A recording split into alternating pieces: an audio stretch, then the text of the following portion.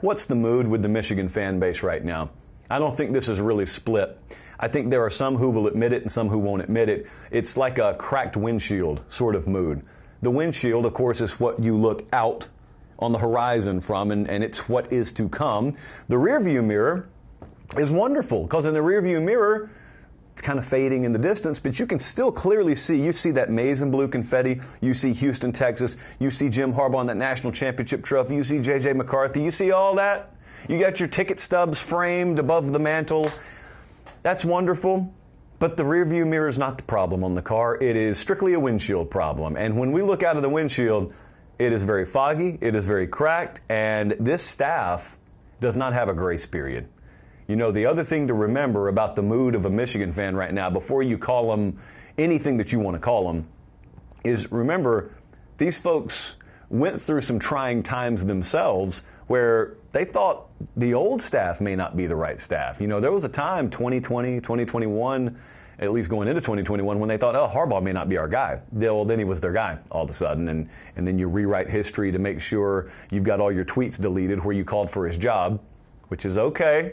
A little unethical, but that's okay. You get a pass here.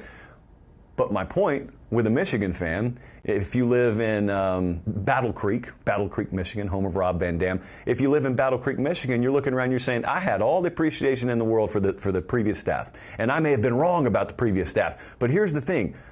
We call them a previous staff for a reason. They're not there anymore. Sherrone Moore was on that staff, and he's been elevated to head coach here, but a lot of turnover happened. And so you're going to have to forgive Michigan fans if they don't look at this new staff and say, oh, we'll give you guys 3 or 4 years runway after all you did for us. Fact of the matter is there are some people on this current staff that did and have done a lot for Michigan football. I don't think the fan base necessarily views it in the holistic term of, well, since you guys were associated, you've got all the same kind of equity built into your longevity here as Jim Harbaugh would if he stayed here.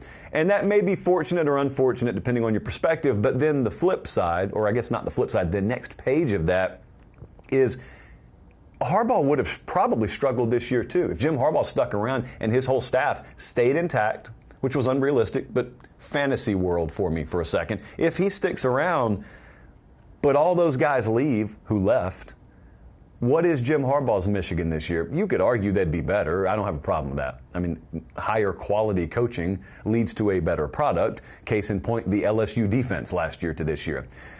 And I'm certainly not equating Michigan 2024 total staff to LSU 2023 defensive staff. But you get the point.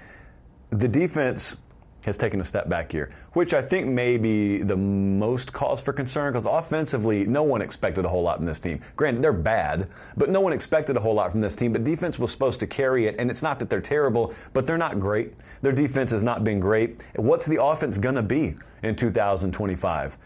This defense loses some role players, some key role players to the NFL draft. So what will they be? And basically the concern up there, as you look out the windshield, is, I mean, is there any discernible hope on the horizon? Like, I mean, we're going to play Ohio State in another month. We're going to go into Columbus. We're going to be somewhere close to a 3-touchdown underdog in that game. And you know, some of the last holdouts will say, oh, that's okay. We were underdogs against them the past few years, and what happened? Not the same thing that'll happen this year. I just have my arms limp down by my side right now. That's not happening for you this year. Now, you can keep it close and be competitive, and that would be great. That'd be a great sign of things to come. But what if you take what's happened so far this year, and then you add in a blowout loss to Ohio State, and bowl game, whatever, I don't even know that matters to people anymore, and then you don't shore up the quarterback position, which seems like it's going to have to happen out of the portal right now. Are you really, if you're a Michigan fan, are you really comfortable entering another season with that level of uncertainty and understanding there are no proven commodities on this staff? I know you may look at that and think, oh, those folks are so ungrateful. They just won a title. Yes, the fan base did. This staff did not. Some holdovers on that staff, including the head coach.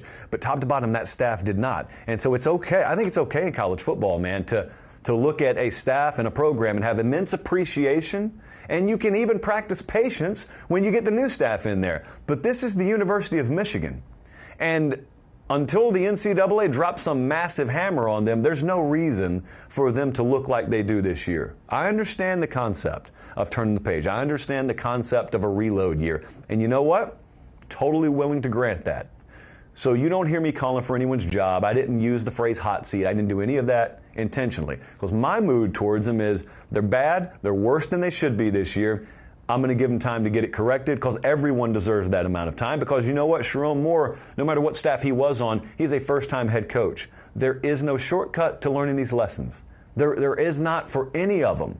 Kirby Smart almost lost to Nichols State his first year at Georgia, and it ended up okay for him. So my point is, you can be critical, but also have patience.